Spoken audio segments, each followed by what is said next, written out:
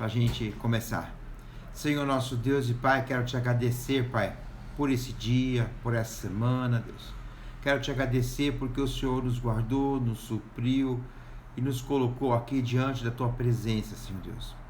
Estamos aqui com o horário marcado com o Senhor às 20 horas, Senhor, para poder, Senhor, estar em comunhão com os irmãos, em comunhão contigo, Pai. Muito obrigado por tudo, Senhor Jesus. Pai, quero te agradecer, quero te louvar, glorificar o teu nome, Senhor. Peço que o Espírito Santo possa nos ajudar, nos capacitar a caminhar de acordo com a tua vontade, Senhor. Te entregamos toda a honra, toda a glória e todo o louvor, Pai. Em nome de Jesus que nós oramos. Amém. Amém, meus irmãos.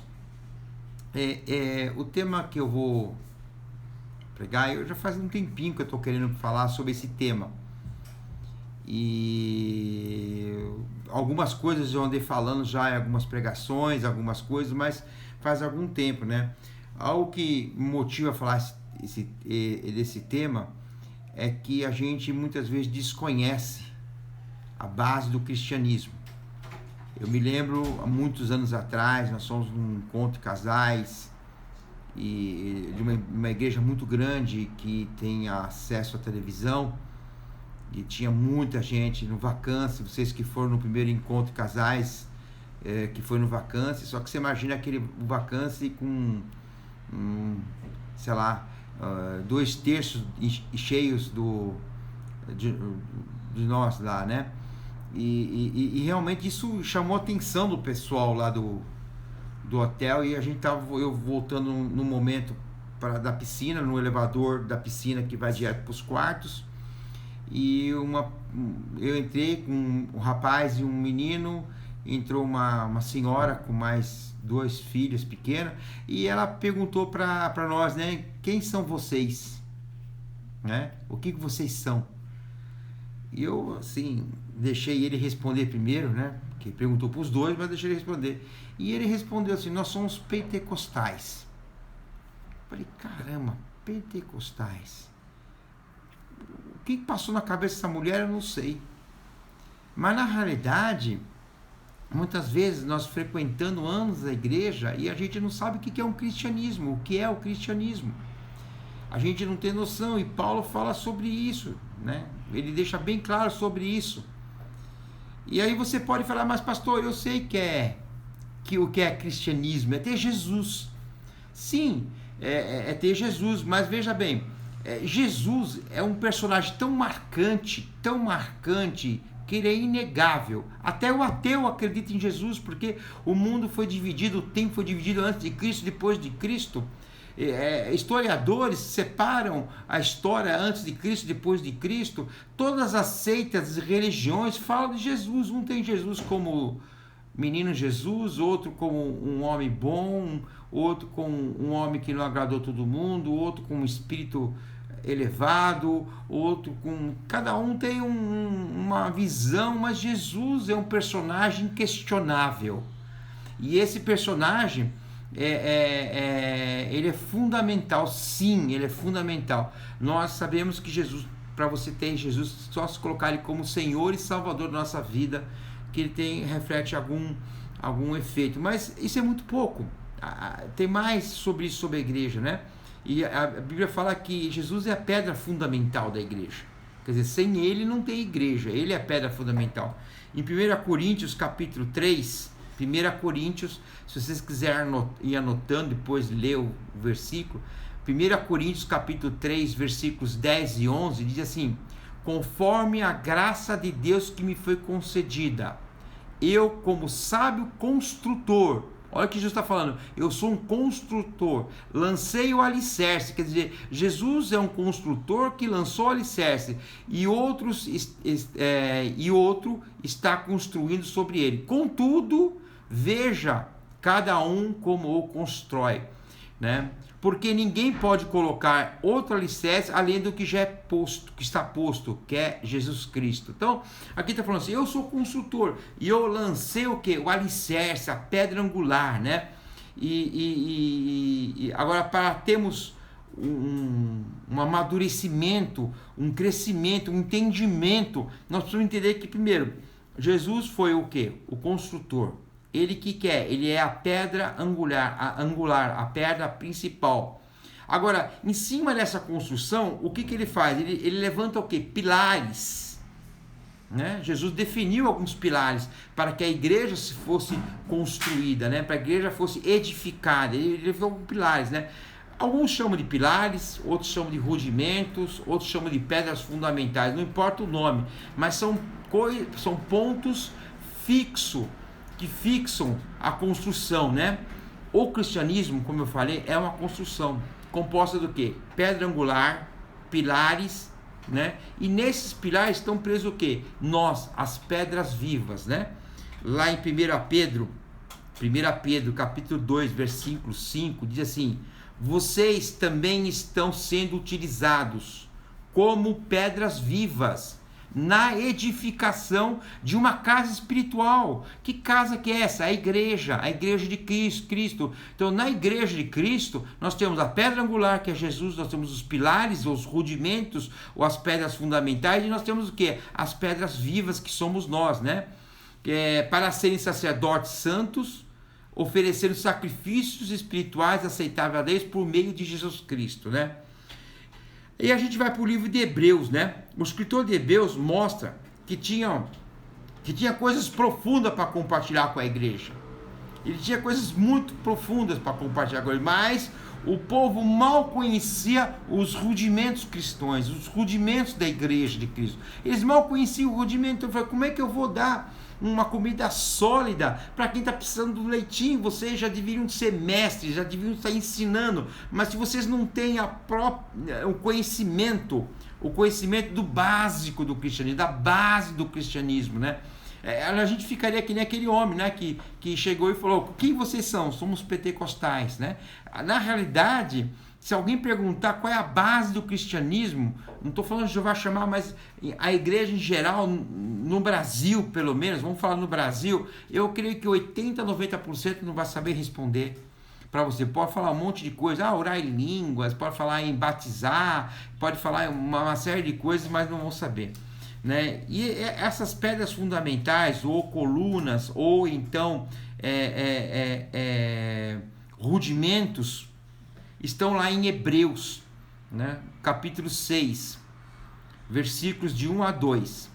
Hebreus, capítulo 6, versículo de 1 a 2.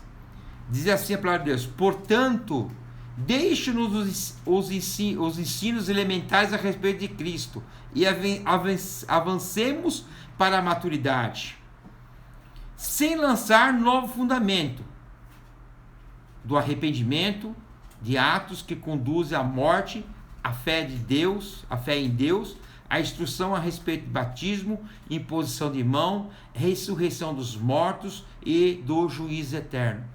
Então, basicamente isso. O que são os pilares da vida cristã? A pedra fundamental é Jesus. Nós somos as pedras vivas, né? Os tijolos, mas os pilares da vida cristã o que são? Arrependimento, fé em Deus, batismos, imposição de mão, ressurreição dos mortos e juízo eterno. Esses são os pilares da edificação, da construção espiritual que nós lemos lá em Coríntios, a construção espiritual do que é do templo de Deus, né? Existem algumas seitas, algumas religiões que têm alguns desses fundamentos, né? Algum tem um fundamento aqui, outro tem um fundamento acolá, alguns têm alguns fundamentos, mas não são todos. Agora, tem um fundamento que nenhuma outra seita, nenhuma outra religião, nenhuma outra filosofia de vida tem. Eu não vou falar qual que é, vocês vão chegar na hora H, eu vou falar qual é esse fundamento, se vocês não perceberem antes, né? Então eu vou falar só de 2 fundamentos hoje, até para vocês poderem meditar e não ser uma coisa muito rápida jogada para vocês, né? Então, os 2 primeiros fundamentos, o arrependimento e a fé, são referentes a Deus, diretamente ligado a Deus, né? Então, eu vou primeiro falar sobre o arrependimento. No hebraico, arrependimento significa techuvá, que significa voltar ou retornar. Voltar ou retornar. Vocês lembram lá em Apocalipse, capítulo 2, versículo 5, da igreja de Éfeso, que Deus fala assim, aí Jesus fala assim para a igreja: lembra onde caiu, arrependa-se e pratique as obras que praticava no início. O que é isso? Arrependimento, voltar ou retornar a praticar. Pessoas que já estão dentro do cristianismo, pessoas que estão dentro da igreja, e eles estão deixar de fazer as primeiras obras, deixar de cuidar da vida espiritual, deixar de fazer coisas para Deus. Então o que Deus está falando? Em hebraico, techuvá, você retorna e volta a praticar as primeiras obras, né? Agora, nos evangelhos, o conceito é de metanoia. O que significa metanoia? Mudança de mentalidade. Mudança de mentalidade. Alguns definem metanoia como uma volta de 180 graus. Eu gosto mais da palavra mudança de mentalidade, porque não adianta você deixar de fazer algumas coisas se não mudar a sua mente. Então a mudança de mentalidade é muito interessante, né? Eu tenho falado e repetido muito que a vida cristã é um estilo de vida, né? Não é regras, é um estilo de vida, é um estilo de vida novo, como a gente às vezes adquire certos estilos de vida saudável. Eu não vou comer não tanto só de carboidrato, vou ter que comer mais coisas frescas, vou comer mais isso, sabe? É mudança de estilo de vida. Então, a vida cristã é estilo de vida. Então, metanoia aí cabe certinho, como mudança de mentalidade. A ideia é que a gente muda o nosso modo de pensar. O nosso modo de pensar. Né? O arrependimento é mudar a ideia sobre o pecado, de tal maneira abandoná-lo. Por isso temos que mudar também as nossas práticas. Não é um sentimento de remorso, né? O que é o remorso? Remorso, você reconheceu que você cometeu uma falha, você reconheceu que errou, tá? Então você deixa de fazer porque você reconheceu que foi um erro. Isso chama-se remorso. Eu não devia ter falado, eu não devia ter feito. Isso é remorso. Arrependimento é algo profundo. Arrependimento leva à morte. Arrependimento leva à morte. A morte da velha natureza, a natureza do pecado. Leva à morte. Lá em Mateus 16, 25, diz assim para Deus: pois quem quiser salvar a sua vida, a perderá. Mas quem perder a vida por minha causa, a encontrar. Isso chama-se o quê? Arrependimento. Arrependimento gera a morte da velha natureza. Ou a morte do velho modo de pensar. E isso sim é arrependimento. Remorso é aquela coisa: meu Deus, eu não devia ter feito aquilo está errado. Não, é morrer para aquilo, é enterrar aquilo. Isso aqui eu não vou fazer mais mesmo. Isso chama-se o quê? Arrependimento. Para isso é interessante, lá em Mateus 5, se você puder ler o capítulo 5 inteiro, vocês vão entender melhor, mas eu vou só separar dois versículos. Diz assim: se o seu olho direito o fizer pecar, arranque e lança fora. É melhor perder uma parte do seu corpo do que ser todo ele lançado no inferno. Se a sua mão direita o fizer pecar, corte e a lança fora. É melhor perder uma parte do seu corpo do que ir todo ele para o inferno. Sabe? Acho que umas 2 semanas atrás, eu vi acho que num jornal de esporte, um rapaz que ele entra em montanhas, esqueci o nome dele, ele entra em montanhas e tal, e esse rapaz, ele estava lá, ele era acostumado, ele era profissional nisso, e ele enfiou a mão numa pedra e o braço ficou preso naquela pedra. E a comida, a água estava acabando, né? O nível da água estava subindo e ele estava praticamente morrendo lá. Ele ficou, acho que uns 2 ou 3 dias, eu não lembro direito o tempo, e ele sentiu que não dava mais, porque ele estava racionando a água, racionando a comida dele, e ele não conseguia libertar o braço. Chegou o momento, ele teve que tomar uma decisão. Qual é a decisão?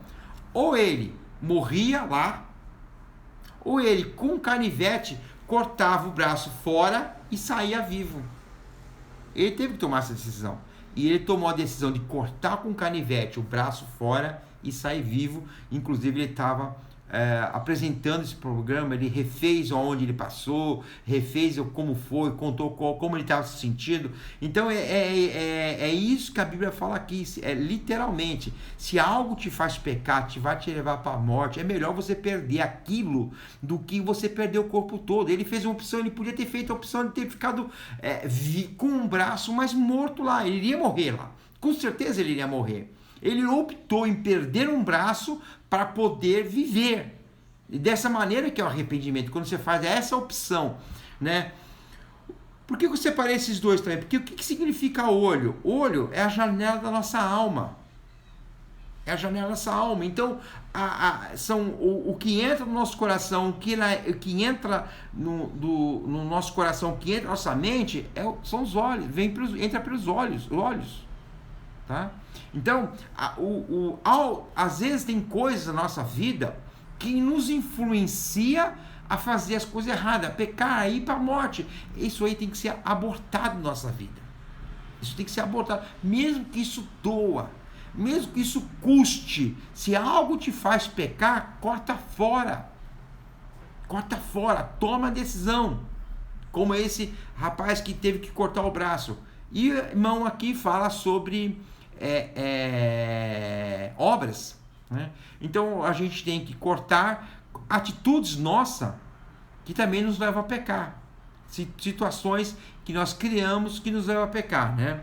Então o olho é a janela da mente, onde permite a entrada e a influência do nosso coração, né? Em Mateus 6 fala que os olhos são as janelas, e se eles forem bons, todo o nosso corpo será bom, né? Em Mateus 3,8 diz assim: deem fruto que mostre o que? O arrependimento. Sabe, isso é tão sério, irmãos, que na Bíblia nós não vamos ser cobrados de quantas pessoas nós levamos para Jesus. Nós não vamos ser cobrados de quantos dízimos nós demos na igreja. Nós não vamos ser cobrados dos dons espirituais. Mas nós vamos ser cobrados dos frutos de arrependimento.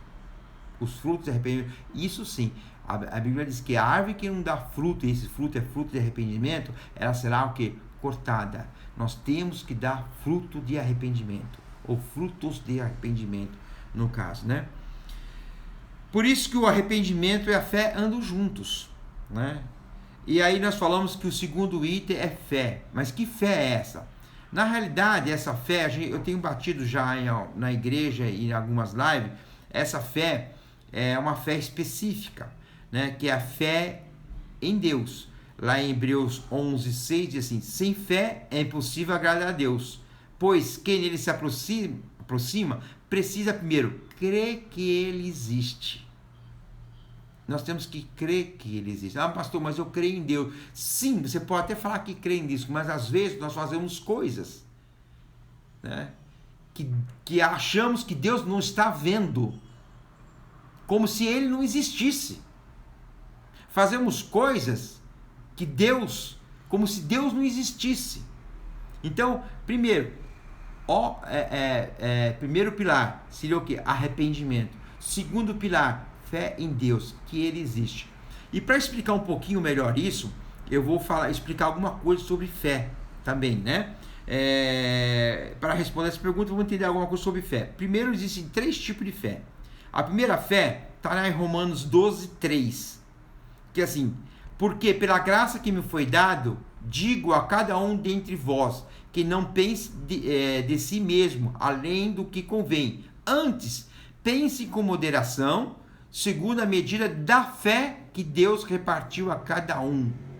Então, a primeira fé que a gente tem é uma fé que Deus dá para cada um. Eu recebo um tanto de fé, o fulano recebe um tanto de fé, ciclano recebe, todos nós recebemos um tanto de fé, todos nós recebemos uma porção de fé. Uma porção de fé. Isso é dada por Deus, sem nós pedirmos, sem nada. É dada por Deus, isso uma porção de fé, né? Segundo tipo de fé está lá em 1 Coríntios 12:9, que diz assim: a outro o mesmo Espírito, a fé. Em 1 Coríntios 12 fala sobre os dons espirituais, né? A distribuição dos dons espirituais. Aqui fala de uma fé que é um dom espiritual. Esta fé é uma fé extraordinária que Deus pode dar a alguém em algum momento para um propósito específico. Seria uma fé vinda do alto, uma fé sem um controle teu, que Deus dá para um propósito dele, um propósito, algo que ele queira fazer. Aquela fé extraordinária, fora do normal, fora do comum. Isso é dom de Deus. É algo que você precisaria daquela fé para aquele momento, ou para aquele instante, ou para aquela circunstância. Então você precisaria de uma dose de fé maior. Então Deus vai lá e te dá essa fé. Isso é um dom espiritual. Isso não cabe a nós. É um propósito de Deus. Ele distribui esses dons da maneira que ele acha melhor e mais proveitoso. Então essa fé é uma fé que vem no dono. Então nós temos uma fé que é repartida, cada um tem uma porção de fé. Nós temos a fé que é um dom espiritual que não depende de nós, é um dom de Deus que ele dá para um devido propósito naquele momento. E terceiro está em Efésios 2:8, diz que porque pela graça sois salvos mediante a fé, e nisto não vem de vós, é dom de Deus, né? Então essa fé é aquela fé da salvação, né? Onde nós cremos em Jesus como Senhor, Salvador, e a gente tem a aceitação de Deus, né? A reconexão com Deus feita através dessa fé, né?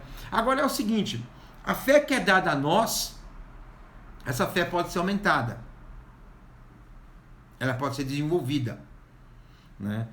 Eu já vi muita gente orar para aumentar a fé. Eu já vi muito pastor, inclusive, fazer apelo para as pessoas virem aí que eles iriam orar para que as pessoas tivessem mais fé. Mas isso não é bíblico, isso não está na Bíblia, né? A gente pode aumentar a fé? Pode sim, mas como a gente pode aumentar a fé? Então nós vamos entender isso agora, né? E Romanos 10:17 diz assim: consequentemente, a fé vem por ouvir a mensagem, e a mensagem é ouvida mediante a palavra de Cristo. Então, como que você aumenta a tua fé? Através de ouvir e ouvir a palavra de Deus. Esse exercício que nós estamos fazendo todos os dias é um exercício que aumenta a sua fé. É um exercício que aumenta a sua fé. A gente falou tanto no começo das lives que a gente tem que nos prepararmos nesse momento, nos fortalecermos para sairmos daqui mais forte. Então, o que a gente puder ouvir de palavra, o que a gente puder se encher da palavra de Deus, o que a gente puder buscar a Deus, né? Vai nos encher mais e nos fortalecer mais. Eu vi uma conhecida nossa no WhatsApp falando que no dia a dia, na correria do dia a dia, de trabalho para cá, a gente acaba relaxando no estudo, no devocional, na oração, né?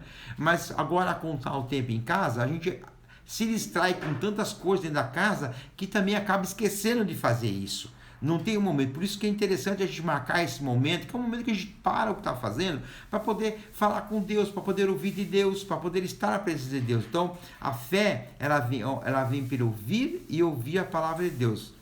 Em Filipenses 2:12 diz assim: assim, pois, amados meus, como sempre obedecestes, não só a minha presença, porém, muito mais agora a minha ausência. Olha só o que ele fala aqui: desenvolvei a vossa salvação com temor e tremor. Desenvolver a salvação é desenvolver a fé que Deus deu para nós. Desenvolver, nós temos que desenvolver essa fé. Como que a gente desenvolve essa fé? Ouvindo a palavra de Deus, praticando a palavra de Deus, né? Por isso que a Bíblia fala duas vezes: ouvir e ouvir a palavra de Deus, porque às vezes a gente ouve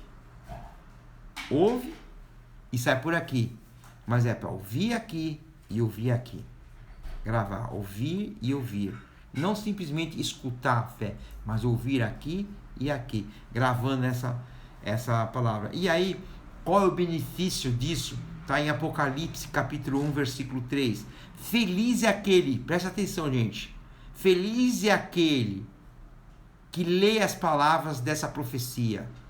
Feliz é aquele que ouve e guarda o que nela está escrito, porque o tempo está próximo. Sabe, irmãos, o tempo está próximo. E nós temos o quê? Desenvolver a nossa salvação, desenvolver a nossa fé, né? Desenvolver o que Deus já nos deu. O que Deus já nos deu. Não adianta orar para a fé desenvolver. Temos que ouvir e praticar. Então nós vimos hoje, nós vimos o quê? Que a vida cristã era baseada no quê? Primeiro, Jesus é a pedra angular. Segundo, existem fundamentos colocados para a edificação da casa espiritual de Deus. E quais são esses fundamentos? Arrependimento, fé em Deus, batismo, imposição de mãos, ressurreição dos mortos e juízo eterno. Se não tiver todos esses itens, não é cristianismo. Pode ser qualquer outra seita, qualquer outra religião, mas não é cristianismo, tá? E nós falamos os dois primeiros, eu vou parar por aí: arrependimento e fé em Deus. Arrependimento das obras, né? E fé que Deus existe. Então eu vou parar nesses dois para a gente fazer bem devagarzinho. Na segunda-feira que vem eu vou dar mais 2 ou 3 itens, né? E se der, eu termino a segunda, se não faço na terceira segunda, para nós entendemos direitinho isso, né? E eu gosto que esses versículos que foi dito aqui, que vocês pudessem meditar mais em casa, né? Na quinta-feira eu vou começar as coisas. Lembra que eu falei em Apocalipse? As coisas que aconteceram e as coisas que vão acontecer. Aconteceram, que acontecem e que vão acontecer. Nós estudamos as igrejas, as 7 igrejas. Então, a partir de quinta-feira que vem, nós vamos falar das coisas que vão acontecer. Isso é muito legal, as coisas que vão acontecer. Então não percam, convide pessoas para entrar nas lives, né? Todas as lives, é uma porção que você recebe diariamente de Deus. Amanhã é meu pastor amigo, o pastor Ronaldo, que vai estar falando. E então todos nós juntos, né? Ouvindo, aprendendo e se edificando como casa espiritual do Senhor. Amém? E na quinta-feira a gente vai estudar as coisas que vão acontecer para frente. Eu vou dar mais devagarzinho que a igreja, para a gente poder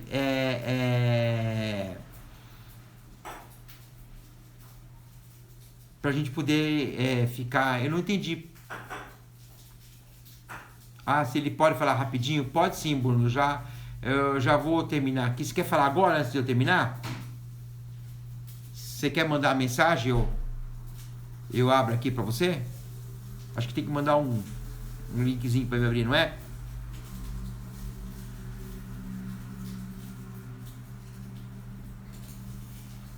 Quer falar, Bruno?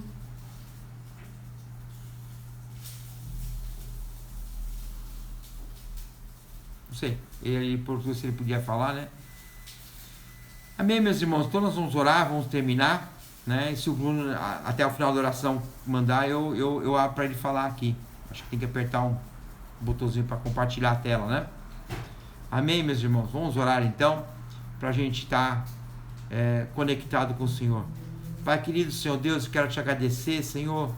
Quero te louvar, glorificar o teu santo, maravilhoso nome, porque tu és um Deus maravilhoso, Pai, e digno, Senhor, da honra, da glória e do louvor, Pai. Pai querido, que nós possamos, Deus, arraigar esses fundamentos entre nós, Pai. Que esses fundamentos que vão ser ministrados possam estar firmes em nossa mente, nosso coração, Senhor, e que nós possamos, Senhor, ter uma edificação sólida, Pai, um amadurecimento. Nós não queremos ser crentes, Pai, crentes imaturos, Senhor, mas queremos ser crentes maduros, Senhor. Nós queremos ser crentes, Senhor Deus, que possa, Senhor, receber algo a mais do Senhor, mas para isso temos que estar alicerçados na fé, Pai. Eu quero te agradecer por cada vida, por cada família, por cada lar que abriu sua live agora, Pai. Pedir a tua bênção, a tua graça, a tua unção, o teu poder sobre cada vida deles, Pai. Eu quero orar pelo Brasil também, Senhor Deus, Pai, que o Senhor possa estar visitando a cada família, Senhor, na periferia, Pai, dos autônomos, Senhor Deus, Pai, em nome de Jesus, para que isso possa, Senhor, não afetar a vida deles econômica e de saúde, Pai. Senhor, dá sabedoria ao nosso governo federal, ao nosso governo estadual, ao nosso governo municipal, dá sabedoria aos deputados, senadores, Senhor Deus, Pai, que nós possamos juntos sairmos fortalecidos disso, Pai. Eu quero te agradecer e te louvar, Pai, em nome do Senhor Jesus Cristo. Amém. Amém, meus irmãos. Deus abençoe, uma boa noite a todos, tá? Que Deus possa encher de alegria nessa noite ainda. Deus abençoe em nome de Jesus. Até amanhã às 20 horas. Tchau.